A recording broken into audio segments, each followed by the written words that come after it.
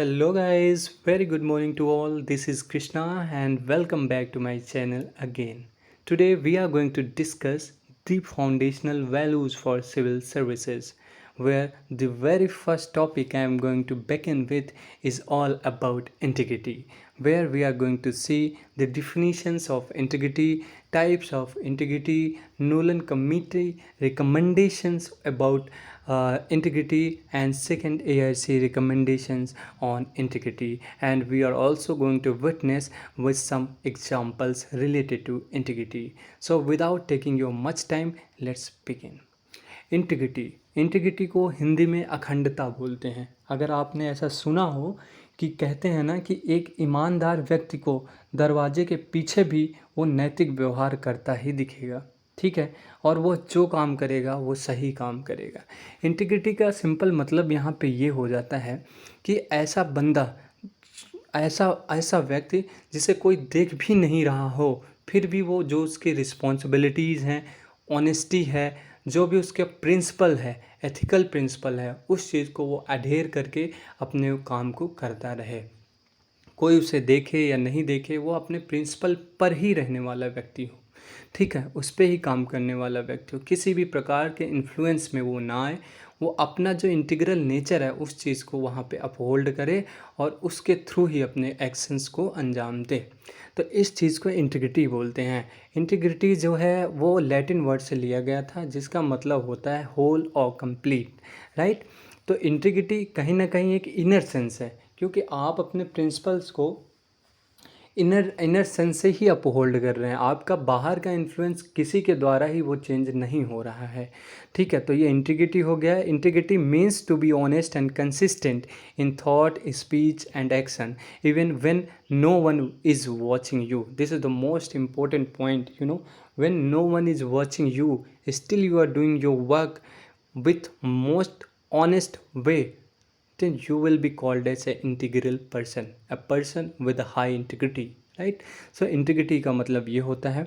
अब हम देख लेते हैं टाइप्स ऑफ इंटीग्रिटी। तो यहाँ पे बेसिकली 3 प्रकार के इंटीग्रिटी के टाइप्स होते हैं, जिसमें हम इंटेलेक्चुअल इंटीग्रिटी को देखते हैं, पर्सनल इंटीग्रिटी को देखते हैं और मोरल इंटीग्रिटी को देखते हैं। इंटेलेक्चुअल इंटीग्रिटी सिंपल मतलब ये है कि ऐसी इंटीग्रिटी जो इंटेलेक्ट्स के थ्रू ही आती है, मतलब कि आप इंटीग्रल बनते हैं इन्हें इंटेलेक्चुअल्स के थ्रू, इंटेलेक्ट्स के थ्रू, आपकी बुद्धिमत्ता के थ्रू। जैसा कि अगर हम हिस्ट्री में एग्जाम्पल पढ़ते हैं, देखते हैं डॉक्टर राजा राम मोहन रॉय जी के बारे में। डॉक्टर राजा राम मोहन रॉय जी के बारे में हम देखते हैं कि उन्होंने सती प्रथा को अबोलिस्ट करवाया, ठीक है, अपने प्रयासों से। अब वो क्या है, उन्होंने देखा कि समाज में इतनी सारी बुराइयां हैं, इतने सारे विल्स हैं, तो वो देख करके वहाँ पे समाज में लोग ऊपर उठ नहीं आ पा रहे थे, लोगों में कास्ट का बहुत ज़्यादा मतभेद था, लोग आपस में ही बड़े दुखी थे। तो इस तरह की चीज़ें वो देख करके वो खुद हैरान थे। तो उन्होंने अपने इंटेलेक्ट्स का यूज किया और यूज करने के बाद उन्होंने इंटीग्रल नेचर को शो करते हुए सती को अबोलिस्ट करवाया और बहुत सारे समाज के लिए अच्छा काम किया वहाँ पे। और आज उन्हें हम जिस नाम से जानते हैं वो हम सब बहुत अच्छे से जानते हैं। ये एक एग्जांपल हो जाता है इंटेलेक्चुअल इंटीग्रिटी का। उन्होंने अपने इंटेलेक्ट्स का यूज करते हुए इंटीग्रिटी को अपहोल्ड किया और उसे दिखाया कि इंटेलेक्चुअल इंटीग्रिटी एक्चुअली क्या होता है, ठीक है। तो ये एग्जांपल इंटेलेक्चुअल इंटीग्रिटी का हो जाता है। पर्सनल इंटीग्रिटी की बात करें तो कहीं ना कहीं ये जो किसी एक की डिजायर्स होती है ना, या कमिटमेंट होता है, ठीक है, उस चीज़ को वो किस तरह से ठीक एडहेयर करता है, उस चीज़ को दिखाता है पर्सनल इंटीग्रिटी। मतलब कि when a person possesses a personal integrity, then various aspects of his self are fully integrated actually in this personal integrity. ठीक उसी तरह मोरल इंटीग्रिटी है। मोरल इंटीग्रिटी का सिंपल मतलब ये है कि वो उसका जो भी अनकंडीशनल या अनवेवरिंग कमिटमेंट होता है अपने प्रिंसिपल्स को लेकर के, अपने मोरल प्रिंसिपल्स को लेकर के, उस चीज़ को वो परफेक्टली और स्ट्रांगली एडहेयर करता रहता है। मोरल इंटीग्रिटी यह कहलाती है। मतलब it actually requires an unconditional and unwavering commitment to some or the other moral principles. We cannot have moral integrity without having personal integrity. तो कहीं ना कहीं moral integrity जो है वो personal integrity के विदाउट एग्जिस्ट नहीं करेगी। क्योंकि आप समझिए कि जो एक इंडिविजुअल होगा उसका खुद की मॉरल इंटीग्रिटी होगी ना, तो अगर खुद की होगी तो उसकी पर्सनल तो होगी ही, तो कहीं ना कहीं ये डायरेक्टली जो है कोरिलेट करते हैं। तो ये रही कुछ टाइप्स ऑफ इंटीग्रिटी, जिसमें हमने इंटेलेक्चुअल इंटीग्रिटी, पर्सनल इंटीग्रिटी और मोरल इंटीग्रिटी को डिस्कस किया है। और इसी में हम बात कर लें अगर नोडल कमिटी ऑन इंटीग्रिटी, तो नोलन कमिटी जो थी वो इंटीग्रिटी पे उसका क्या विचार था। तो उनका मानना था कि जो पब्लिक ऑफिस को होल्ड करते हैं ना, मतलब holder of the public office should not place themselves under any financial और other obligations to outside individuals or organizations that might influence them in the performance of their official duties. Nolan committee on integrity, उनका मानना था, उन्होंने जो recommendation दिया, उनका मानना था कि जो भी पब्लिक ऑफिस को होल्ड करता है वो किसी भी प्रकार का जो फिनेंशियल है या किसी भी प्रकार का और जो ऑब्लिगेशंस होते हैं बाहर से, वो किसी भी तरह से उनको इन्फ्लुएंस ना करे, ना ही उनके परफॉर्मेंस को इन्फ्लुएंस करना चाहिए। वो अपनी ड्यूटीज़ जो है वो बहुत ही स्ट्रांगली इंटीग्रल नेचर से, इंटीग्रल प्रिंसिपल को अधेर करते हुए, जो भी उनका स्ट्रॉन्ग एथिकल प्रिंसिपल है उसको अधेर करते हुए अपनी ड्यूटी को वो निर्वहन करें। ठीक है, इस तरह से हम ये Nolan committee on recommendation on integrity में जो रिकमेंडेशन दिया था उस चीज़ को डिस्कस करते हैं। और हम अगर अब बात करें कुछ एग्जांपल्स की, ठीक है, अब इंटीग्रिटी हमने देख लिया, टाइप्स ऑफ इंटीग्रिटी देख लिया, ठीक है, तो अब एग्जांपल्स की बात करें तो अगर हम जानते ही हैं कि हमारे लॉर्ड श्री राम, जो भगवान श्री राम थे, इनसे बड़ा इंटीग्रल मर्यादा पुरुषोत्तम भगवान कौन ही हो सकते हैं, जिन्होंने इंटीग्रल नेचर को इस तरह से शो किया है कि वो आने वाले समय में भी याद किया जाएगा और हमेशा ही मतलब इनको एक एपिटोम के रूप में देखा जाएगा। इसमें हम डिस्कस करेंगे लॉर्ड श्री राम जी का एग्जाम्पल, भरत जी का एग्जाम्पल और माता सीता जी का एग्जाम्पल। फिर कुछ हिस्टोरिकल बेसिस को देखते हुए हम देखेंगे सत्येंद्र दुबे जी का एग्जाम्पल, अब्राहम लिंकन जी का एग्जाम्पल। तो इस तरह से इतने सारे एग्जाम्पल्स को डिस्कस करने के बाद आपको ये इंटीग्रिटी का जो ये टॉपिक है बहुत अच्छे से समझ आ जाएगा। उसके बाद हम सेकेंड ARC रिकमेंडेशंस देखेंगे, उसके बाद क्या क्या चीज़ें हैं ओवरऑल समराइज अप करते हैं। ठीक है, तो हम एग्जाम्पल्स डिस्कस करते हैं लॉर्ड श्री राम जी से। लॉर्ड श्री राम, जैसा कि हमें पता है कि Lord Shri Ram it is often considered the epitome of the integrity, right? He upholds righteousness and honor throughout the epic Ramayana, right? When his father King Dashrath promises his stepmother Kaikeyi two boons, Lord Sri Ram willingly accepts the exile and 14 years of forest dwelling even without any kind of hesitation. Despite facing numerous challenges and temptation during his exile, Sri Ram remains steadfast in his principle and displays unwavering integrity. अगर हम जानते हैं कि Lord Shri Ram, जब उन्होंने, उनके पिताजी ने कैकेयी को 2 वरदान दिए थे, तो कैकेयी ने जब अपना वरदान मांगा तो वो वहाँ पे उन्होंने राम जी को 14 वर्ष वनवास के लिए भी बोला था। जब राम जी को 14 वर्ष वनवास के लिए राजा दशरथ जी यह सब चीज़ सुनते हैं तो राजा दशरथ जी के पैरों तले ज़मीन खिसक जाती है, क्योंकि राम जी उनके दिल के, हृदय के सबसे करीब और अत्यंत प्रिय थे। अब यहाँ पे जो कोई इतना प्रिय है उसके लिए कोई वरदान कैसे तोड़ सकता है, वो उसके लिए कैसे कोई वरदान इस तरह का दे सकता है। फिर भी वो राजा थे। और रघुकुल वंश की एक कहावत है कि प्राण जाए पर वचन न जाए, तो उन्होंने अपने वचन को अधेर करते हुए उनके पिताजी ने इस चीज़ को एक्सेप्ट मतलब करते हैं कि ठीक है, मैं कैकेयी के जो भी वचन है उसको एक्सेप्ट करता हूँ। और लॉर्ड श्री राम, जिनकी किसी भी प्रकार की कोई भी गलती नहीं थी, ठीक है, उन्होंने विलिंगली मतलब हंसते हुए खुशी खुशी इस चीज़ को एक्सेप्ट करते हैं और 14 वर्ष वनवास के लिए निकल जाते हैं। ठीक है, वहाँ पे वो बहुत सारे चैलेंजेस को फेस करते हैं। हम जानते हैं कि पग यात्रा थी, ठीक है, खड़ाहू भी ठीक से नहीं पहने थे। तो इस तरह से जो चीज़ें हैं तो उनको कितनी सारी चैलेंजेस उन्होंने फेस किया होगा। वो सारी चीज़ देखने के बाद भी जो लॉर्ड श्री राम थे वो अपने जो भी प्रिंसिपल थे, ठीक है, अनवेवरिंग इंटीग्रिटी थी, उस चीज़ को अपहोल्ड करते रहे और वो आज one of the best examples होंगे मुझे लगता है इंटीग्रिटी का। ठीक इसी प्रकार भरत जी का भी देख लीजिए। जब लॉर्ड श्री राम वनवास को निकल गए और जब भरत को वहाँ का राजपाट सौंपा गया तब क्या हुआ, भरत जी ने उस राजपाट को एक्सेप्ट करने से ही इनकार कर दिया। वो बोले कि यहाँ पे भैया का ही ये पूरा वो है, और अगर भैया नहीं है तो मैं उनके खड़ाहूँ का ही सेवक बन करके इस चीज़ को अडेयर करूँगा और यहाँ पे राज्य में जो भी प्रजा है उनकी सेवा करूँगा। तो इस तरह से भरत का भी वहाँ पे बहुत ही इंटीग्रल नेचर होता है, बहुत ही इंटीग्रल कैरेक्टर होता है। क्योंकि भरत को किसी ने ये नहीं कहा था कि आप ये करिए, भरत को किसी ने ये नहीं बोला था कि आप लॉर्ड श्री राम जी की खड़ाऊ लेकर के उनको उस अपने सिंहासन पे रख करके उनका अस्तित्व मान बढ़ाइए, उनको किसी ने कुछ इस तरह से नहीं कहा था। ये भरत का खुद का इंडिविजुअल का जो पर्सनल इंटीग्रिटी होती है ना, जो मोरल इंटीग्रिटी होती है, वो दिखाती है लॉर्ड भरत की।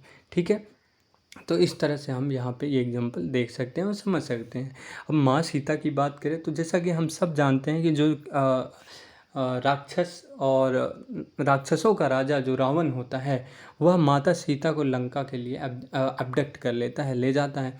और वहाँ पे जब वो माता सीता जी पहुँचती हैं, उसके बाद भी वह लॉयल रहती हैं और डिवोटेड टू राम रहती हैं, राम रहती हैं। अब आप समझिए कि जो रावण के पैलेस में है, जो कि आप समझ रहे हैं ना कि सोने की लंका है, चारों तरफ सोना, चारों तरफ सोना चांदी हीरे जवाहरात इन सबसे जड़ी जड़ी चीज़ें हैं। उसके बाद भी माता जो सीता जी हैं वो किसी भी प्रकार के जो रावंस के एडवांसेस होते हैं, ठीक है, उसको मना करते हुए अपने वर्च्यूज़ को जो है वहाँ पे बिना कंप्रोमाइज़ किए वहाँ पे रहती हैं, और साथ में वो अपने स्वामी को हमेशा याद करती रहती हैं। इस तरह का जो उनका एडहेरेंस होता है ना, स्टेट फर्स्ट एडहेरेंस होता है, राइचुअसनेस होती है, वो कहीं ना कहीं इस तरह के एडवर्सिटीज़ में वो दिखाती है कि कितनी हाई क्वालिटी की इंटीग्रिटी माता सीता जी की रही होगी। ठीक है, तो इस तरह के एग्जाम्पल से हम समझ सकते हैं कि इंटीग्रिटी एक्चुअली होती क्या है और किस तरह से इंटीग्रिटी को हम एडहेर करते हैं, किस तरह से अपने प्रिंसिपल्स को, स्ट्रॉन्ग जो एथिकल कंडक्ट एंड प्रिंसिपल्स है उस चीज़ को अपहोल्ड करते हुए अपने लाइफ को आगे लीड करते हैं। ठीक है, सत्येंद्र दुबे जी को अगर आप जानते हो तो एक बहुत ही गुड एग्जाम्पल है, क्योंकि Satyendra Dubey the man who actually fought against government all alone, अगर आपने कभी सुना हो तो। He was actually an IES officer, Indian engineering service में वो ऑफिसर थे। He was the project director in the NHAI, ठीक है, national highway authority of India में वो प्रोजेक्ट डायरेक्टर के रूप में कार्यरत थे। When he joined, he saw that many irregularities in the financial department and there was some serious irregularities also. He got the contractor of the project to suspend his 3 engineers. He exposed this scam. Even he made the contractor to rebuild the 6 kilometer road. This scam getting revealed and roads getting rebuilt were providing to be a huge loss for the road contract mafia. इस तरह से वो क्या करते हैं, जो road contract mafia होता है उसे बहुत सारा नुकसान होता है, उसके बाद वो इस चीज़ को काम को अंजाम देते हैं। But unfortunately he lost his life fighting against this scam. उसके बाद आप जानते ही हैं कि अच्छाई जब कोई करेगा तो उसके दुश्मन तो हज़ारों बन ही जाते हैं। तो सत्येंद्र दुबे जी का यहाँ पे ये एग्जांपल हम देख सकते हैं, डिस्कस कर सकते हैं। ठीक ऐसे ही अब्राहम लिंकन जी का अगर आपको ख्याल हो, याद आ रहा हो, तो हम उनको इस तरह से देखते हैं कि he was man of high integrity, right, क्योंकि उन्होंने अपने प्रिंसिपल्स को अडेयर किया था, ठीक है, उसे जो है अपहोल्ड किया था। जब उन्होंने अपोजिशन को फेस किया, उनका कहना था, उन्होंने ये भी कहा था कि I am not bound to win, I am not bound to win, but I am bound to be the true. I am not bound to be succeed, but I am bound to live by the light that I have, and I must stand with anybody that stands right, and stand with him while he is right, and part with him when he goes wrong. तो इस तरह का उनका nature था, इस तरह की उनकी क्वालिटी थी, पर्सनालिटी थी। तो अब्राहम लिंकन जी से हम यहाँ समझ सकते हैं। सेकंड ARC रिकमेंडेशन देख लेते हैं इंटीग्रिटी पर।